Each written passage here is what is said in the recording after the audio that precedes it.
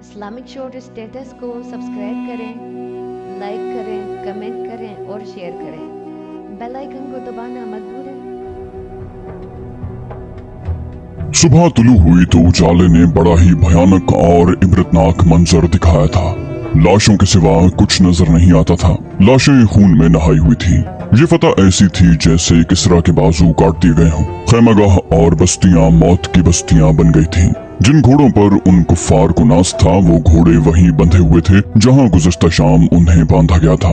عورتیں الگ بیٹھی رو رہی تھیں، بچے بلبلا رہے تھے۔ خالد رضی اللہ عنہ نے حکم دیا کہ سب سے پہلے عورتوں اور بچوں کو کھانا دیا جائے۔ مجاہدین مال غنیمت لا کر ایک جگہ جمع کر رہے تھے۔ سالار ابو لیلہ کے پاس ایک بہت ہی حسین لڑکی کو لایا گیا۔ اس نے درخواست کی تھی کہ اسے سالار اعلیٰ یا کسی سالار کے ساتھ بات کرنے کی اجازت دی جائے۔ اسے لانے والے سالار نے ابو لیلہ سے کہا، یہ ایک سردار کی بیٹی ہے۔ سالار کا نام ربیہ بن بجیر بتاتی ہے۔ یہ اپنے باپ کی لاش کے پاس بیٹھی رو رہی تھی۔ ابو لیلہ نے لڑکی سے پوچھا، کیا نام ہے تیرا؟ لڑکی نے جواب دیا، صابحہ بنت ربیہ بجیر۔ میرے باپ کو لڑنے کا موقع ہی نہیں ملا تھا۔ سالار ابو لیلہ نے پوچھا، کیا تو یہی بات کہنے کے لیے ہمارے سالار اعلیٰ سے ملنا چاہتی ہے؟ جنہیں لڑنے کا موقع ملا تھا کیا تو نے ان کا انجام نہیں دیکھا؟ اب بتا تو چاہتی کیا ہے؟ صابحہ نے کہا، تم لوگ مجھے اجازت نہیں دو گے کہ میں لاشوں میں ایک آدمی کی لاش ڈھونڈ لوں۔ اس کا نام بلال بن عقا ہے۔ ابو لیلہ نے پوچھا، کیا جلی ہوئی لکڑیوں کے انبار میں کسی ایک درخت کی لکڑی کو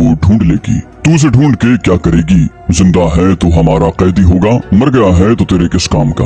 صابحہ نے سالار ابو لیلہ کو وہ گفتگو سنائی جو اس کے اور بلال بن عقا کے درمیان ہوئی تھی، اور کہا کہ وہ دیکھنا چاہتی ہے کہ وہ زندہ ہے یا مارا گیا ہے۔ مسلمان سالاروں نے چند عیسائیوں کو اس مقصد کے لیے زندہ پکڑ لیا تھا کہ ان سے اس علاقے اور علاقے کے لوگوں کے متعلق معلومات اور جنگی اہمیت کی معلومات لی جائیں۔ ابو لیلہ کے حکم سے ایسے 2-3 آدمیوں کو بلا کر بلال بن عقا کے متعلق پوچھا۔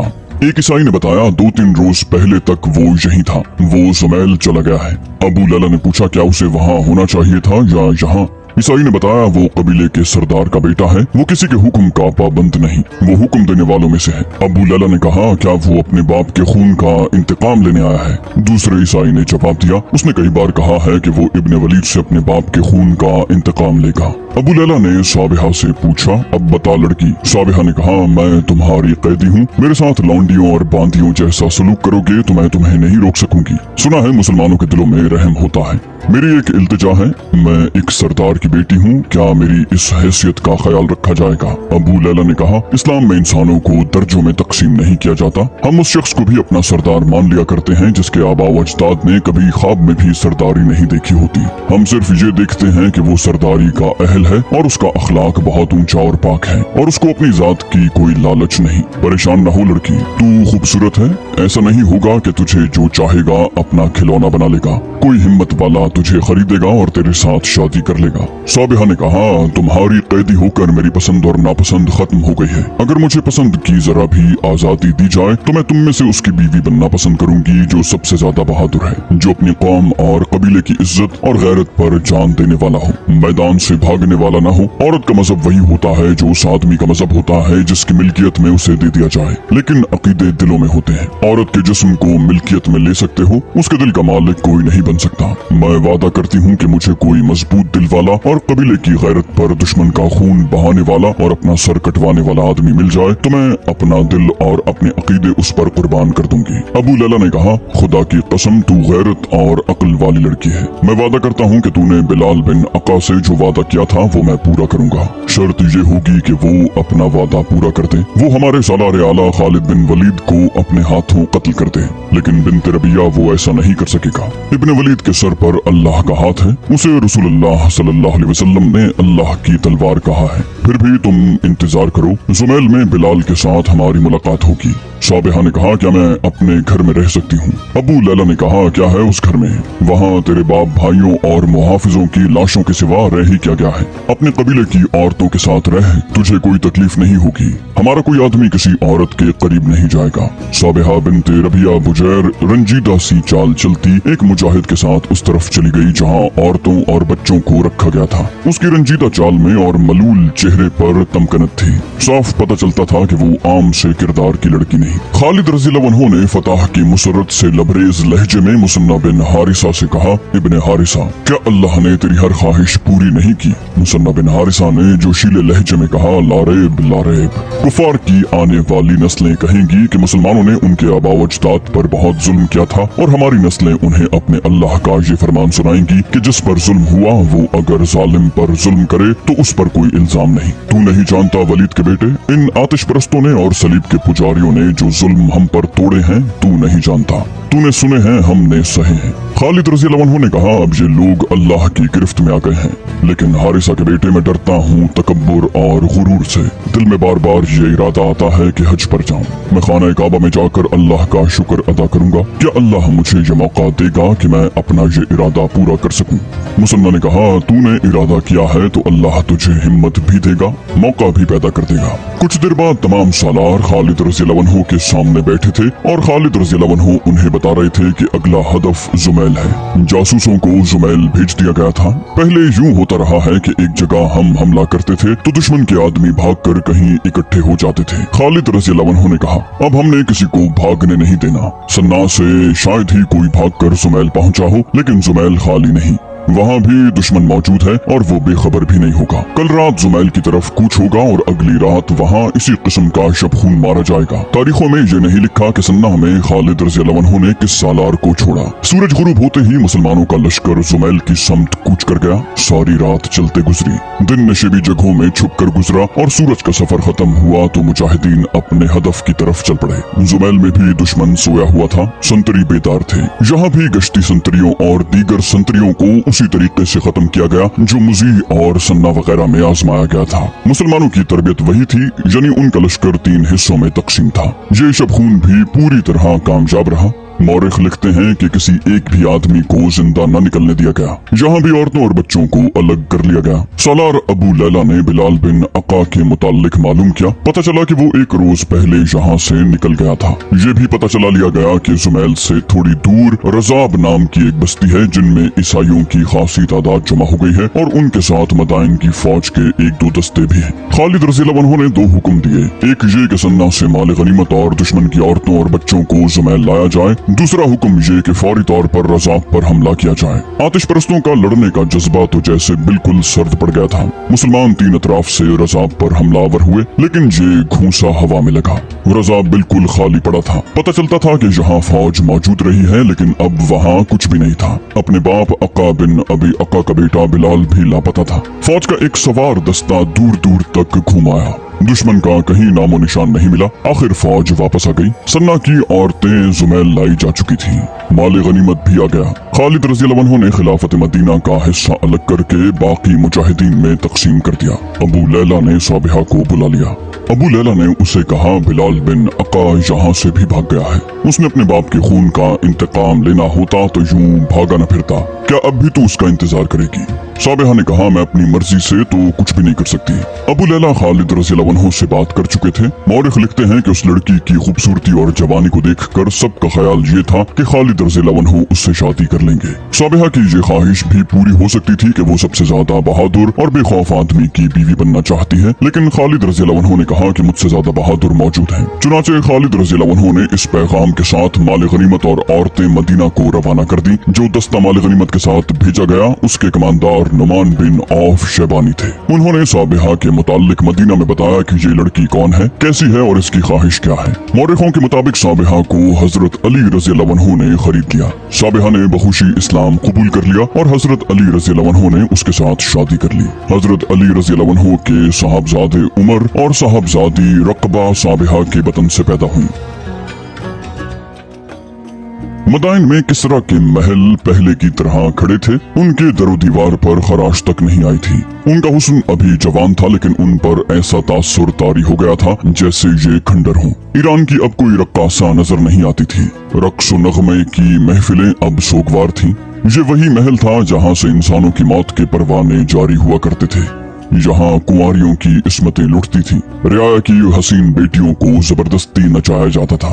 अरब के जो मुसलमान इराक में आबाद हो गए थे उन्हें फारिस के शहनशाहों ने भेड़ बकरियां बना दिया था। इराक फारिस की सल्तनत में शामिल था। मुसलमानों को आतिश परस्तों ने दजला और फरात के संगम के दलदली इलाके में रहने पर मजबूर कर दिया था। उनकी फसल, उनके खून पसीने की कमाई और उनके माल अमवाल पर उनका कोई हक न था। हद ये कि मुसलमानों की बेटियों, बहनों और बीवियों पर भी उनका हक नहीं रहा था। किसरा का कोई हाकिम किसी भी मुसलमान खातून को जब चाहता जबरदस्ती साथ ले जाता। यही वो हालात होते हैं जो मुसन्ना बिन हारिसा जैसे मुजाहिदीन को जन्म दिया करते हैं। मुसन्ना बिन हारिसा को पकड़कर कत्ल कर देने का हुक्म इन्हीं महल्लात में से जारी हुआ था और अब इन महल्लात में ये खबर पहुंची थी कि मदीना के मुसलमानों का लश्कर फारिस की सरहद में दाखिल हो गया है। तो यहाँ से फिरौनों जैसी आवाज उठी थी कि अरब के उन बद्दुओं को ये जुर्रत कैसे हुई। थोड़ा ही अरसा गुजरा था कि फिरौनों के इन महल्लात में मौत का सन्नाटा तारी था।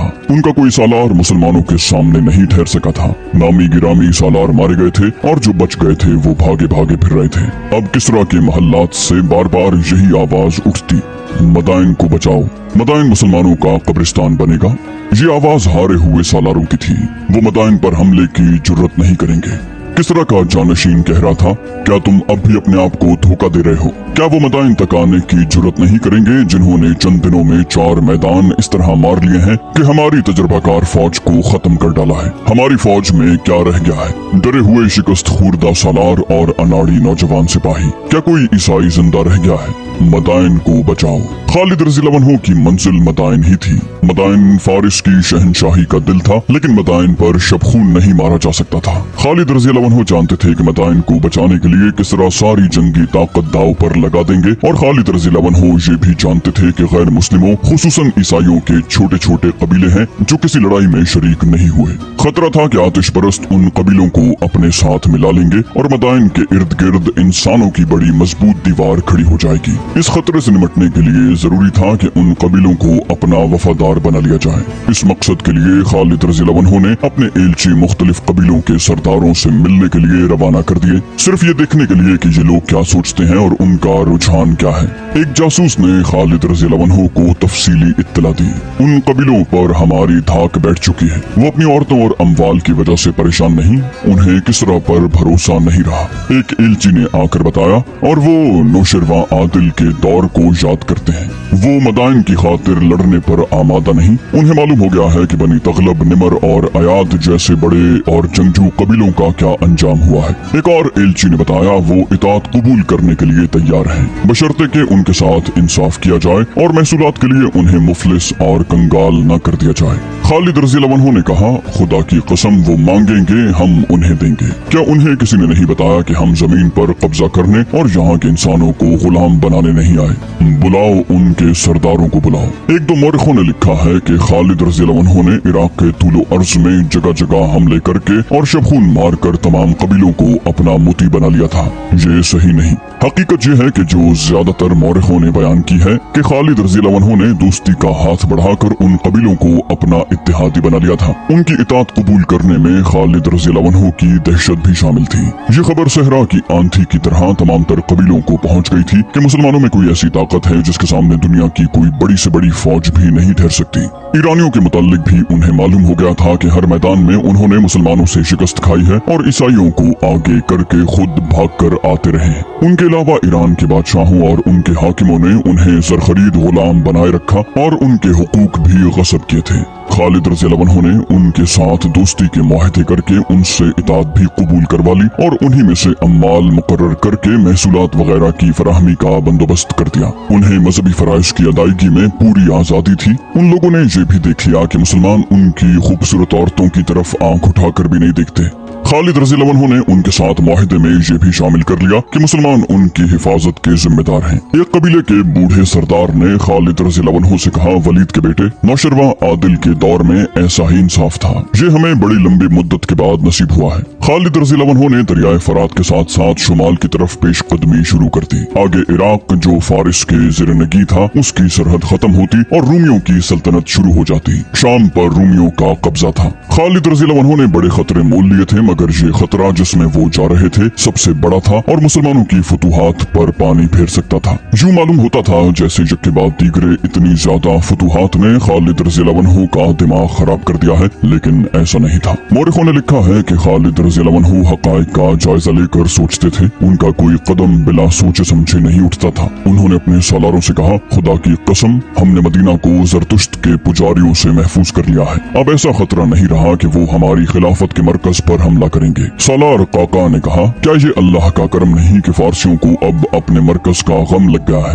वो अब अरब की तरफ देखने से भी डरेंगे। खालिद रज़ियल्लाहु अन्हु ने कहा, लेकिन सांप अभी मरा नहीं, अगर हम यहीं से वापस चले गए तो किसरा की फौज फिर उठेगी और ये इलाके वापस लेने की कोशिश करेगी जो हमने फारसियों से छीन लिए हैं। हमें इनके रास्ते बंद करने हैं। और मेरे भाइयों, क्या तुम में से किसी ने अभी सोचा नहीं कि आतिश परस्तों के पहलू में रूमी है? अगर रूमियों में कुछ अक्ल है तो वो इस सूरत हाल से जो हमने इराक में पैदा कर दी है फायदा उठाएंगे, वो आगे बढ़ेंगे और अगर वो कामयाब हो गए तो अरब के लिए वही खतरा पैदा हो जाएगा जो इससे पहले हमें ज़रतुश्त के पुजारियों से था।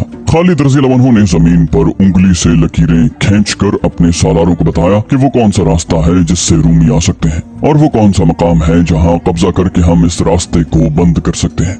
वो मकाम फिराज था। ये शहर फरात के मगरबी किनारे पर वाक़ था। वहाँ पर रूमियों और फारसियों की यानी शाम और इराक की सरहदें मिलती थीं। इराक के ज्यादातर इलाके पर अब मुसलमान काबिज हो गए थे, यही इलाके खतरे में थे। फिराज से खुश्की के रास्ते के अलावा रूमी या फारसी दरियाई रास्ता भी इख्तियार कर सकते थे।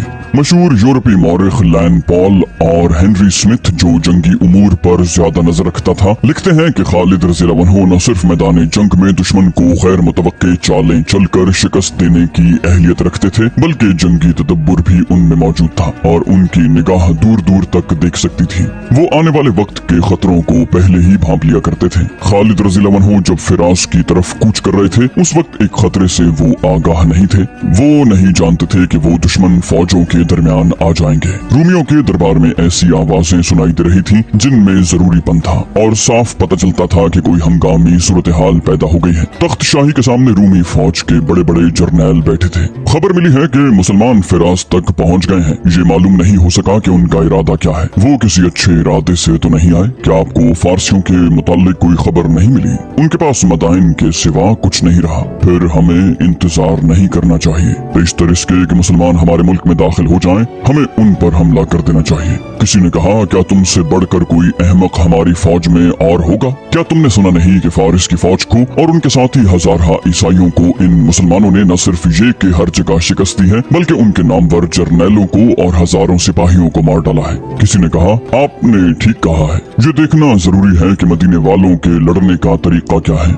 किसी ने कहा, बहुत जरूरी है देखना, जो इतनी थोड़ी तादाद में इतनी ज्यादा तादाद को शिकस्त देकर खत्म कर चुके हैं, उनका कोई खास तरीका जंग होगा। हम भी फारिस की फौज के खिलाफ लड़ चुके हैं। ये सही है कि हमने फारसियों को शिकस्त दी थी, लेकिन हमारी फौज की नफरी उनसे ज्यादा थी। फिर किसी साहिब इख्तियार ने कहा, अब मेरा फैसला सुन लो, हम फारसियों को साथ मिलाकर मुसलमानों के खिलाफ लड़ेंगे। कई आवाजें आई, फारसियों को साथ मिलाकर? क्या हमें ये भूल जाना चाहिए कि फारसियों के साथ हमारी दुश्मनी है, हमारी आपस में जंगें हुई हैं? साहिब इख्तियार ने कहा, हाँ, हमें भूल जाना चाहिए। मुसलमान उनके और हमारे मुश्तरका दुश्मन हैं। ऐसे दुश्मन को शिकस्त देने के लिए अपने दुश्मन को दोस्त बना लेना दानिशमंदी होती है। हम फारसियों की तरह शिकस्त नहीं खाना चाहते। अगर फारसी हमारे साथ दोस्ती का मुआहदा कर लेते हैं तो उनके साथ ईसाई कबीले भी आ जाएंगे। इस फैसले के मुताबिक रूमियों का एलची दोस्ती का पैगाम लेकर मदाइन गया तो आतिश परस्तों ने बाजू फैलाकर एलची का इस्तकबाल किया। तहाइफ का तबादला हुआ और एलची के साथ मुआहदे की शर्तें तय हो गयी। फारिस वालों को अपना तख्त उलटता नजर आ रहा था। रूमियों के उस पैगाम को उन्होंने गैबी मदद समझा। मदाइन के दरबार से उन तमाम ईसाई कबीलों के सरदारों को बुलावा भेजा गया। ये वही 3 कबीले बनी तगलब, निमर और अयात थे जो मुसलमानों से बहुत बुरी शिकस्त खा चुके थे। मौरखों ने लिखा है कि उन्हें जो ही इत्तला मिली थी तो वो फौरन मदाइन पहुँचे। वो अपने हजारा मकतूलीन का इंतकाम लेना चाहते थे और वो इस्लाम के फैलाव को भी रोकना चाहते थे। इन कबीलों में जो लड़ने वाले थे वो मुसलमानों के हाथों मारे जा चुके थे। जवां साल आदमी बहुत कम रह गए थे। अब अक्सरियत उधेड़ उम्र लोगों की थी।